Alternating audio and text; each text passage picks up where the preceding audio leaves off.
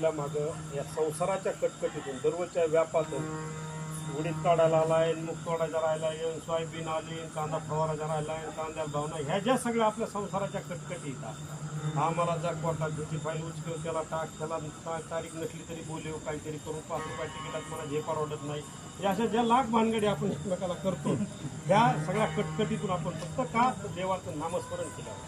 म्हणून नामस्मरण करणं हे सगळ्यांसाठी एक सुलभ आणि चांगली गोष्ट.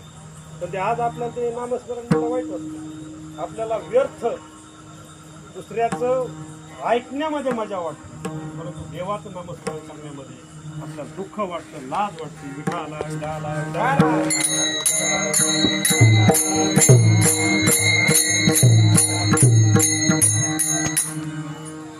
जर आपल्याला देवाच्या जवळ जायचं